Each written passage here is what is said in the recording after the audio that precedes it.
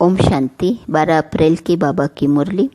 मीठे बच्चे, तुम्हारा यह ब्राह्मण कुल बिल्कुल निराला है। तुम ब्राह्मण ही नॉलेजफुल हो।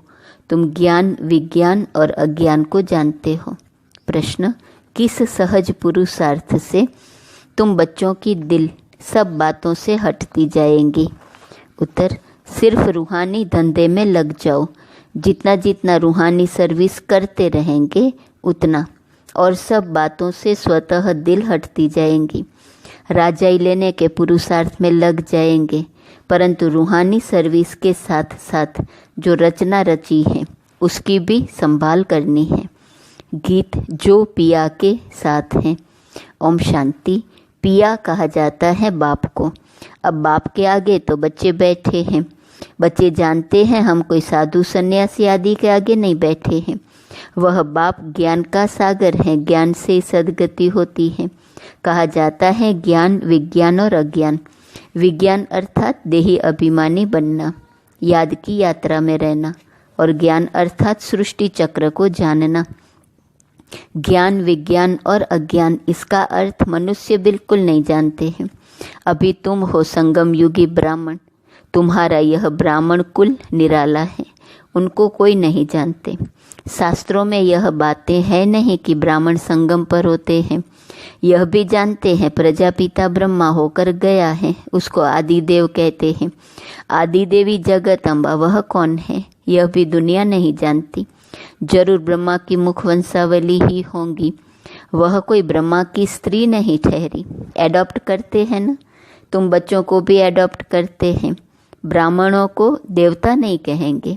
यहाँ ब्रह्मा का मंदिर है, वह भी मनुष्य है ना। ब्रह्मा के साथ सरस्वती भी है, फिर देवियों के भी मंदिर हैं। सभी यहाँ के ही मनुष्य हैं ना। मंदिर एक का बना दिया है। प्रजापिता की तो ढेर प्रजा होंगी ना, अब बन रही है। प्रजापिता ब्रह्मा का कुल वृद्धि को पा रहा है। एडॉप्टेड धर्म के बच्चे। अब तुमको बेहद के बाप ने धर्म का बच्चा बनाया है। ब्रह्मा भी बेहद के बाप का बच्चा ठहरा। इनको भी वर्षा उनसे मिलता है। तुम पोतरे पोत्रियों को भी वर्षा उनसे मिलता है। ज्ञान तो कोई के पास है नहीं, क्योंकि ज्ञान का सागर एक है। वह बाप जब तक न आए तब तक किसकी सद्गति होती नहीं। अभी तुम भक्ति से ज्ञान में आए हो सद्गति के लिए। सतयुग को कहा जाता है सद्गति, कलयुग को दुर्गति कहा जाता है, क्योंकि रावण का राज्य है। सद्गति को राम राज्य भी कहते हैं, सूर्यवंशी भी कहते हैं। यथार्थ नाम सूर्यवंशी चंद्रवंशी है। बच्चे जानते हैं हम ही सूर्यवंशी कुल के थे, फिर 84 जन्म लिए। यह नॉलेज कोई शास्त्रों में हो नहीं सकती, क्योंकि शास्त्र है ही भक्ति मार्ग के लिए। वह तो सब विनाश हो जाएंगे। यहाँ से जो संस्कार ले जाएंगे वहाँ वह सब बनाने लग पड़ेंगे। तुम्हारे में भी संस्कार भरे जाते हैं राजाई के। तुम राजाई करेंगे, वह फिर उस राजाई में आकर जो हुनर सीखते हैं वही करेंगे। जाएंगे जरूर सूर्यवंशी चंद्रवंशी राजाई में। उनमें है सिर्फ साइंस की नॉलेज। वे उसके संस्कार ले जाएंगे। वह भी संस्कार हैं, वह भी पुरुषार्थ करते हैं। उनके पास वह इलम अर्थात विद्या है। तुम्हारे पास दूसरा कोई इलम नहीं है। तुम बाप से राजाई लेंगे। धंधे आदि में तो वह संस्कार रहते हैं ना, कितनी खिटपीट रहती है। परंतु जब तक वानप्रस्थ अवस्था नहीं हुई है तो घर बार की संभाल भी करनी है, नहीं तो बच्चों की संभाल कौन करेंगे। यहाँ तो नहीं आकर बैठेंगे। ऐसे कहते हैं जब इस धंधे में पूरी रीति लग जाएंगे फिर वह छूट सकता है। साथ में रचना को भी जरूर संभालना पड़ता है। हाँ, कोई अच्छी रीति रूहानी सर्विस में लग जाते हैं, फिर उनसे जैसे दिल उठ जाएंगी।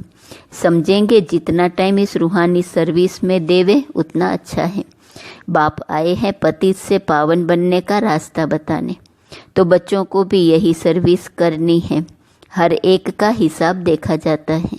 बेहद का बाप तो केवल पतित से पावन बनने की मत देते हैं, वह पावन बनने का ही रास्ता बताते हैं।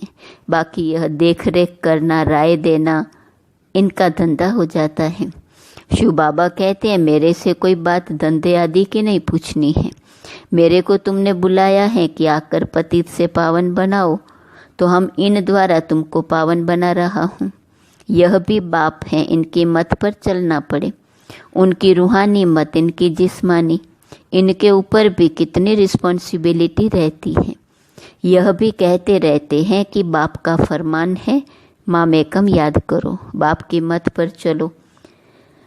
बाकी बच्चों को कुछ भी पूछना पड़ता है, नौकरी में कैसे चले, इन बातों को यह साकार बाबा अच्छी तरह समझा सकते हैं। अनुभवी हैं, बताते रहेंगे, ऐसे ऐसे मैं करता हूँ, इनको देख सीखना है। यह सिखाते रहेंगे, क्योंकि यह है सबसे आगे। सब तूफान पहले इनके पास आते हैं, इसलिए सबसे रुस्तम यह है, तब तो ऊंच पद पाते हैं। माया रुस्तम होकर लड़ती है, इसने फट से सब कुछ छोड़ दिया, इनका पार्ट था। बाबा ने इनसे यह करा दिया, करण करावनहार तो वह है न, खुशी से छोड़ दिया, साक्षात्कार हो गया। अब हम विश्व के मालिक बनते हैं। यह पाई पैसे की चीज़ हम क्या करेंगे। विनाश का साक्षात्कार भी करा दिया, समझ गए इस पुरानी दुनिया का विनाश होना है, हमको फिर से राजाई मिलती है, तो फट से वह छोड़ दिया। अब तो बाप की मत पर चलना है। बाप कहते हैं मुझे याद करो। ड्रामा अनुसार भट्टी बननी थी। मनुष्य थोड़ी समझते कि इतने यह सब क्यों भागे। यह कोई साधु संत तो नहीं, यह तो सिंपल है, इसने किसको भगाया नहीं। मनुष्य मात्र की महिमा कोई है नहीं, महिमा है एक बाप की। बाप ही आकर सबको सुख देते हैं, तुमसे बात करते हैं। तुम यहाँ किसके पास आए हो। तुम्हारी बुद्धि वहाँ भी जाएंगी, यहाँ भी, क्योंकि जानते हो शिव बाबा रहने वाला वहाँ का है। अभी इनमें आए हैं। बाप से हमको स्वर्ग का वर्षा मिलना है। कलयुग के बाद स्वर्ग जरूर आएगा। कृष्ण भी बाप से वर्षा लेकर जय राजाई करते हैं। इसमें चरित्र की बात ही नहीं। जैसे राजा के पास प्रिंस पैदा होता है, स्कूल में पढ़कर फिर बड़ा होकर गद्दी लेगा। इसमें महिमा व चरित्र की बात नहीं। ऊंचते ऊंच एक बाप ही है, महिमा भी उनकी होती है। यह भी उनका परिचय देते हैं। अगर वह कहे मैं कहता हूँ तो मनुष्य समझेंगे यह अपने लिए कहते हैं। यह बातें तुम बच्चे समझते हो। भगवान को कभी भी मनुष्य नहीं कह सकते, वह तो एक ही निराकार है। यह बातें, वह तो निराकार है, परम धाम में रहते हैं।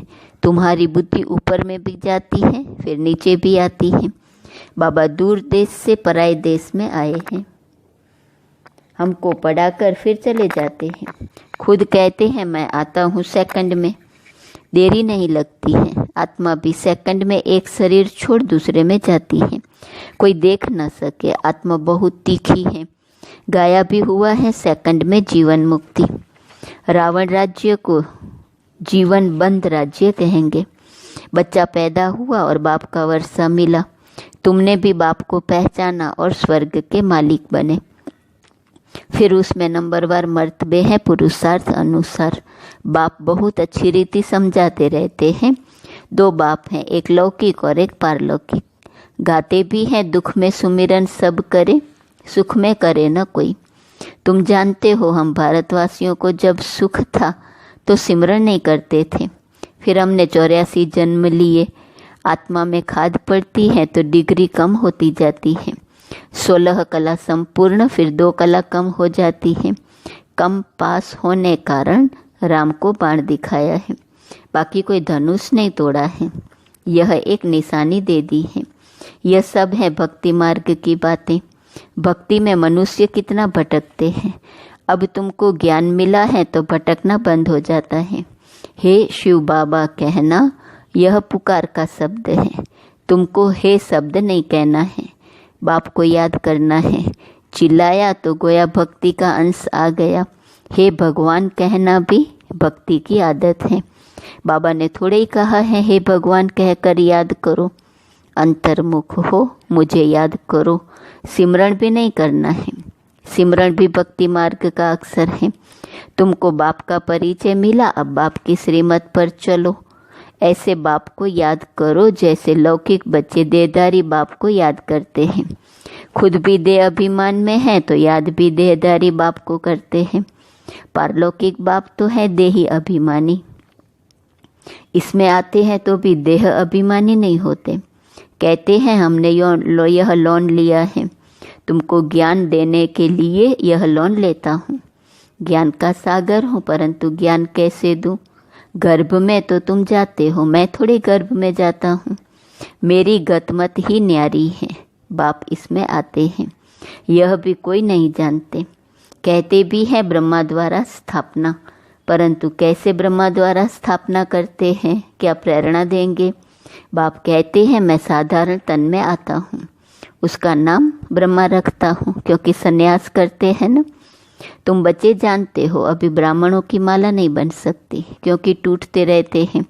जब ब्राह्मण फाइनल बन जाते हैं तब रुद्रमाला बनती है, फिर विष्णु की माला में जाते हैं। माला में आने के लिए याद की यात्रा चाहिए।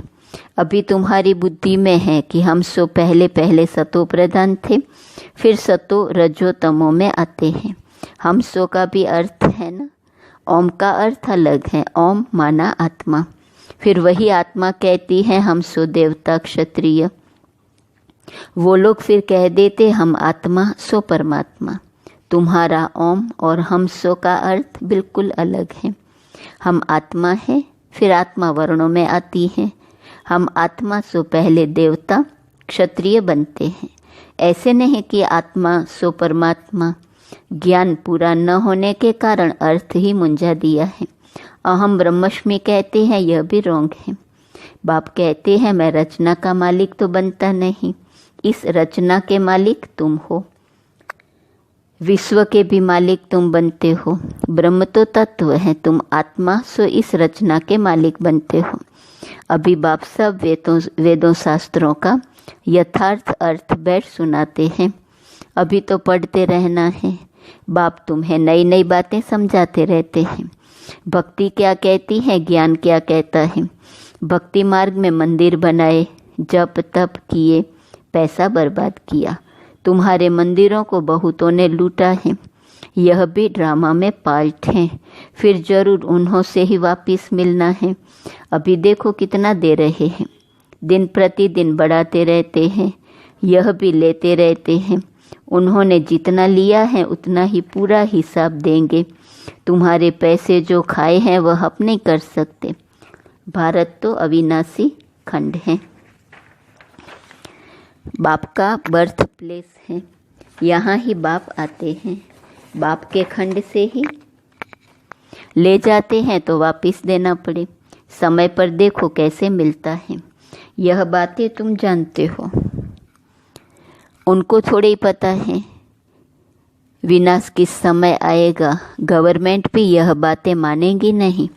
ड्रामा में नोंद है, कर्जा उठाते ही रहते हैं, रिटर्न हो रहा है। तुम जानते हो हमारी राजधानी से बहुत पैसे ले गए हैं, सो फिर दे रहे हैं। तुमको कोई बात का फिक्र नहीं है। फिक्र रहता है सिर्फ बाप को याद करने का। याद से ही पाप भस्म होंगे। नॉलेज तो बहुत सहज है। अब जो जितना पुरुषार्थ करे श्रीमत मिलती रहती है। अविनाशी सर्जन से हर बात में मत लेनी पड़े। अच्छा, मीठे मीठे सिकिलदे बच्चों प्रति माता पिता बाप दादा का याद प्यार और गुड मॉर्निंग। रूहानी बाप की रूहानी बच्चों को नमस्ते। रूहानी बच्चों की रूहानी बाप को नमस्ते नमस्ते नमस्ते। धारणा के लिए मुख्य सार, पहली पॉइंट, जितना टाइम मिले उतना टाइम यह रूहानी धंधा करना है। रूहानी धंधे के संस्कार डालने हैं। पतितों को पावन बनाने की सर्विस करनी है।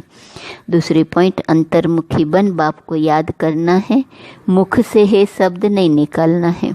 जैसे बाप को अहंकार नहीं, ऐसे निरअहंकारी बनना है। वरदान, मनसा संकल्प वृत्ति द्वारा श्रेष्ठ वाइब्रेशंस की खुशबू फैलाने वाले शिव शक्ति कंबाइंड भव। जैसे आजकल स्थूल खुशबू के साधनों से गुलाब, चंदन व भिन्न भिन्न प्रकार की खुशबू फैलाते हैं, ऐसे आप शिव शक्ति कंबाइंड बन मनसा संकल्प व वृत्ति द्वारा सुख, शांति, प्रेम, आनंद की खुशबू फैलाओ।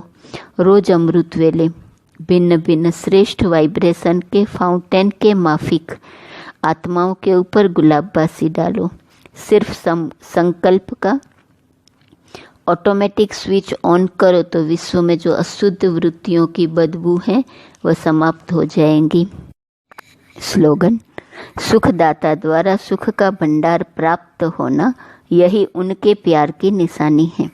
आज का सोमान: मैं सदा हर एक को सहयोग देने वाली हूँ। अव्यक्त इशारे की पॉइंट 12 अप्रैल। जितनी शक्तियों की शक्ति है उतने ही पांडवों की भी विशाल शक्ति है, इसलिए चतुर्भुज रूप दिखाया है। शक्तियाँ और पांडव इन दोनों के कंबाइंड रूप से ही विश्व सेवा के कार्य में सफलता प्राप्त होती है। इसलिए सदा एक दो के सहयोगी बनकर रहो। जिम्मेवारी का ताज सदा पड़ा रहे। ओम शांति। ओम